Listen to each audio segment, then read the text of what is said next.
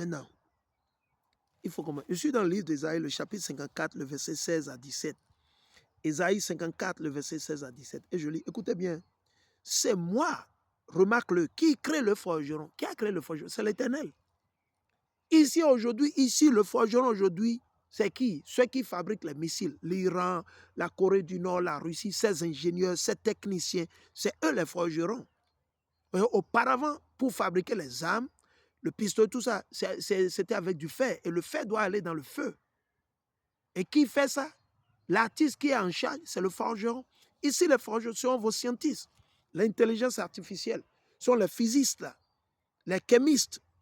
Okay? C'est eux les forgerons. Ils ont besoin du feu pour travailler l'uranium, bourrer le truc, mettre les ingrédients, fermer et le tester. Et une fois testé, ça dit que bon, le forgeron a fini son boulot. Il est sur le point d'envoyer. Il dit, c'est moi, remarque-le, qui crée le forgeron, l'homme qui active le feu et produit toutes sortes d'armes.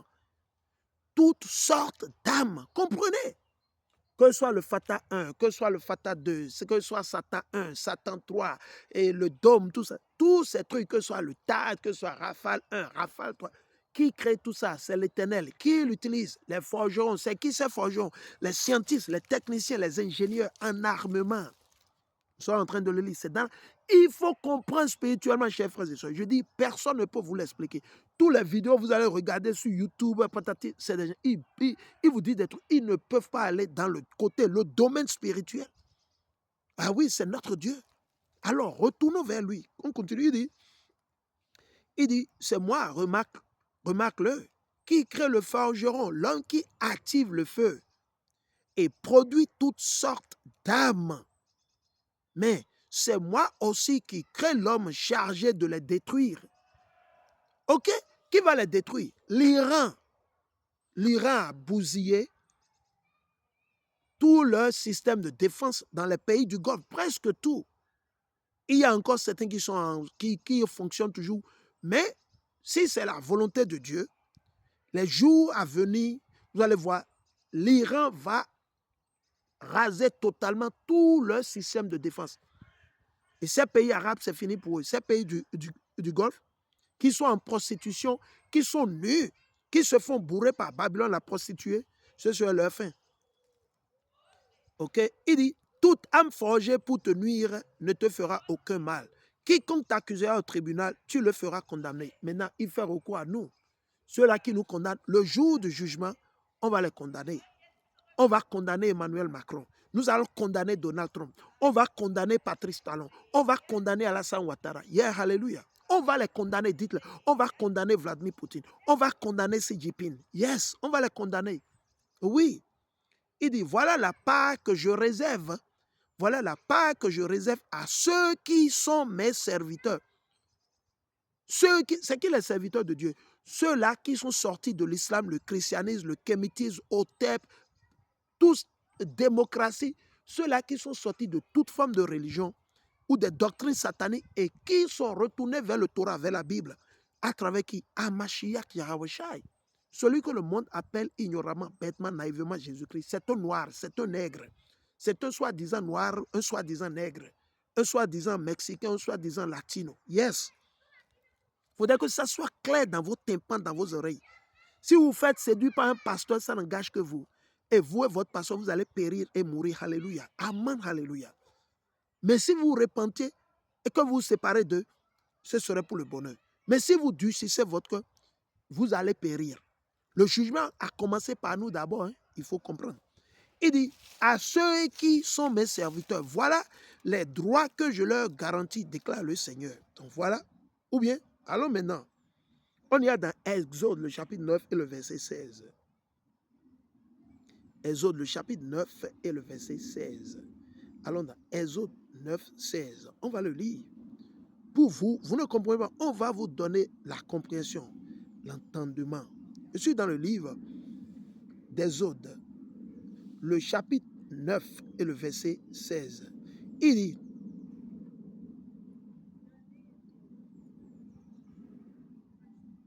dit, mais je t'ai laissé subsister afin de te montrer ma puissance et pour que ma renommée se répande sur toute la terre.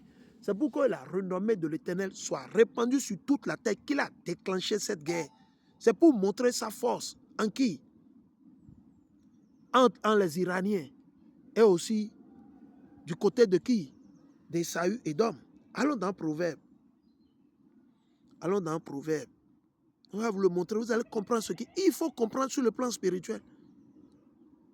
Pour que vous vous repentiez, pour que vous arrêtiez de vous faire tuer, maltraiter à gauche et à droite. Yeah.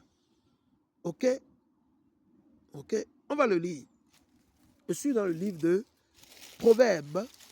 Je suis dans Proverbes, le chapitre 16 et le verset 4. Proverbe 16, 4, et je lis. Il dit, le Seigneur a tout fait dans une intention précise. Ah bon? Donc, l'Éternel a permis à l'Iran de s'armer, de s'apprêter. Et en même temps, l'Éternel, il a envoyé les anges sataniques, les esprits démoniaques, sur qui? Les faux juifs, les sionistes, la synagogue de Satan et qui Donald Trump, le gouvernement américain, pour aller attaquer l'Iran.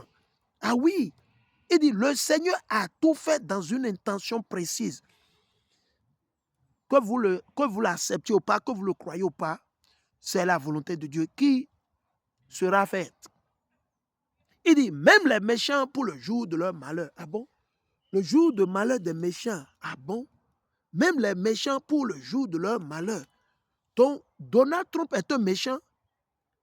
Besant, tout le gouvernement américain, c'est un gouvernement de méchants. Le gouvernement français d'Emmanuel Macron, c'est un gouvernement de méchants. Ah bon? Donc, eux, c'est pour le malheur qu'ils ont été créés. Ah bon? Ok, intéressant. Ah oui, on vous le dit. Et dit quoi? Même les méchants pour le jour de leur malheur. Donc, actuellement, qu'est-ce qui se passe? Vous allez constater qu'ils sont en train de payer maintenant le prix. Ils sont en train de cacher les morts. Parce que, vous savez, l'Iran est en train de les chicoter. L'Iran est en train de les fesser. Doucement et sûrement. Mais c'est l'Éternel qui a orchestré, quoi. On vous le dit. Donc, si vous vous fâchez, ne vous fâchez pas contre l'Iran. Vous devez vous fâcher contre Dieu et vous allez voir ce qu'il va vous faire. Il va vous amener dans la fournaise. Yahweh, il va vous amener dans la fournaise. La fournaise. Vous savez ce que c'est la fournaise? Si vous ne le savez pas, allez sur le moteur de recherche Google et demandez à Google c'est quoi une fournaise. OK? Ou demandez au pain baguette, demandez au pizza ce qui se passe dans la fournaise et ils vont vous le dire. Demandez au pizza, les pizzas que vous mangez, les pains baguettes que vous allez acheter là. Il faut leur demander. OK? Allons dans Ésaïe, le chapitre 10. Ésaïe, le chapitre 10 et le verset 15. Allons dans Ésaïe 10 et le verset 15. Je vais vous le montrer. Vous allez comprendre ce qui se passe. Nous, on va vous dire plus que ce que les gens vous disent. OK? Je vais vous lire ce passage. Parce que certains d'entre vous, vous voulez questionner Dieu, vous voulez accuser Dieu. Mais pourquoi on veut la paix? Quelle paix vous voulez? Vous croyez en Dieu, vous mettez en pratique les lois et les commandements de Dieu. Vous ne mettez pas en pratique les lois et les commandements de Dieu et vous parlez de la paix. Vous voulez, quelle paix vous n'aurez aucune paix. Les méchants n'auront aucune paix. Je vous ai déjà dit dans mes vidéos, quiconque vous parle de la paix, c'est un menteur, c'est un antichrist. OK? Il n'y aura aucune paix.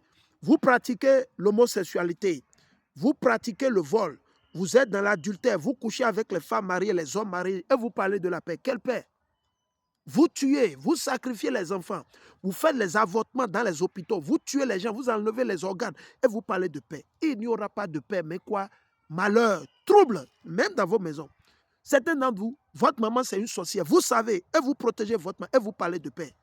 Et vous, quelle paix? Vous n'aurez aucune paix. Vous savez que votre papa, votre grand-mère au village, c'est une sorcière. Vous savez, et vous vous êtes tué. Et vous parlez de paix. Quelle paix? Ce serait comme pour le jour de Sodome et de Gomorrhe, pour vous, pour votre maman, pour vos tantes, tous ceux-là qui sont sorciers dans vos familles. Allez écrire ça sur un mur. Ce serait comme, parce que vous savez, vous pleurez, c'est ma maman. Ah ouais, tu sais, après tout. Non. Non, non, non, non, non. Vous devez exposer votre maman.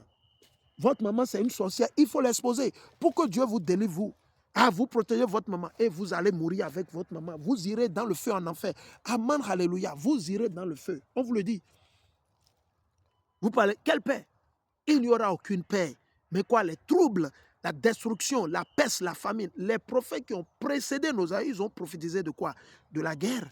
Quelle paix? Qui vous a dit? Vous n'avez jamais vu l'institution appelée le Peace Corps. Vous avez déjà vu Peace Corps faire la paix quelque part? Regardez ce qui se passe au Congo. Vous voyez ce qui se passe au Congo? L'Afghanistan et le Pakistan, ils sont en guerre.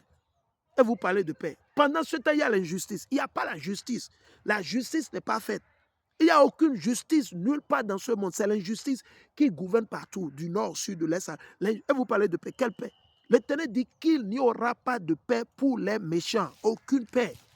On prie pour que vous ayez la guerre. Nous prions pour qu'il y ait les famines. Nous prions pour qu'il y ait la destruction partout dans le monde. Vous savez pourquoi? À cause de l'injustice. Le sang humain, le sang innocent est versé par... Et vous êtes là assis, vous buvez votre vin, vous allez au boulot. Regardez par exemple les Américains. Ils voient tout ce qui se passe, mais ils sont contents parce qu'ils ont tout. Ils vont au boulot, l'argent vient dans leur compte. C'est pareil. Et tout à coup, vous voulez la paix. Quelle paix? Quelle paix? Aucune paix. Il n'y aura aucune paix, on vous le dit. Ah non. Il dit, je suis dans Ésaïe le chapitre 10 et le verset 15. Il dit, est-ce que la hache a de quoi se vanter? La hache ne peut pas se vanter parce que le propriétaire le prend. L'homme prend la hache, il en fait ce qu'il veut. Il veut couper un arbre, il veut faire... La hache ne peut pas. Ok? La hache ne peut pas se vanter. Il dit, plutôt que celui qui s'en sert, c'est celui qui s'en sert qui peut se vanter. Mais la hache elle-même, elle ne peut pas. La hache ne peut pas. Est-ce que la scie fait la fière devant celui qui la manie? Devant un menuisier, est-ce que la scie peut jouer le fort? Le menuisier peut l'utiliser pour couper un lion, un bois, pour n'importe quoi. La scie ne peut pas dire non. Donc, qu'est-ce que je m'avais dit par là? Qu'est-ce que l'Écriture est en train de dire spirituellement? C'est pour nous dire que si Dieu met un crochet dans la bouche de Donald Trump pour aller attaquer l'Iran, Donald Trump ne peut pas dire non. Donald Trump est qui pour dire non à l'Éternel? Il n'est personne. Si Dieu dit à l'Iran de riposter et de raser toutes les bases militaires américaines dans le Golfe, en Europe, l'Iran ne peut pas dire non, qu'il le veuille ou pas, parce que c'est l'Éternel qui est en train de les utiliser. Ici, la scie et la hache ici, c'est l'Iran, c'est les États-Unis d'Amérique, c'est la Chine, c'est la Russie. Il faut comprendre. Mais dans cette guerre précisément, c'est l'Iran qui est cette hache et cette scie qui ne sont que dans les mains de l'Éternel. Ah oui, on vous le dit, il faut comprendre les choses sur le plan spirituel. Le physique va vous tromper. Le physique, il n'y a rien. Quand vous jugez à travers le physique, vous allez vous tuer. Il dit, est-ce que la scie fait la fière devant celui qui la manie? Ah non. C'est comme si le bâton maniait celui qui le brandit. Est-ce que le bâton peut manier celui qui le brandit? C'est impossible. Ça n'a même pas un sens. Ou comme si le gourdin brandissait celui qui s'en sert. Est-ce que l'Iran peut se riposter contre Dieu? Est-ce que les États-Unis d'Amérique peuvent se riposter contre... Est-ce que Emmanuel Macron, avec tous ces... Comment on dit? Ces discours fallacieux, ces discours bredouille, nouille, ratatouille, je ne sais pas. Est-ce qu'il peut dire non à Dieu? Il ne peut pas. Actuellement, il est en train de s'apprêter. Ah, la France, on a des défenses nucléaires. Il va utiliser ça sur les États-Unis d'Amérique. Attendez. Ce n'est pas que vous faites la bouche. Emmanuel Macron, si c'est sous son nez que ça va se passer, dites-lui que l'armement nucléaire dont il parle, il ne va pas utiliser ça sur l'Iran. Hein. Il va utiliser ça sur qui? Sur les États-Unis d'Amérique. Attendez, vous allez voir. Les pays de l'OTAN, l'OTAN ou qui c'est les pays de l'Union européenne, ils vont envoyer les missiles aux États-Unis. Attendez, ça va arriver. Ça va durer, mais ça arrivera un jour, tôt ou tard. C'est ce que les prophéties disent. On vous le dit. Mais beaucoup ne comprennent pas. Donc, c'est pour vous dire, ils ne peuvent pas riposter contre l'Éternel. C'est impossible. C'est impossible. C'est ce que beaucoup ne comprennent pas. C'est l'Éternel qui est en train, juste pour délivrer les Noirs, les Nègres, les Latinos, tout cela se passe pour notre bonheur. Mais vous ne comprenez pas. Vous êtes là, certains d'entre vous, vous accusez l'Iran, vous parlez. Donc, vous voulez toujours continuer à être esclave, c'est ça, non?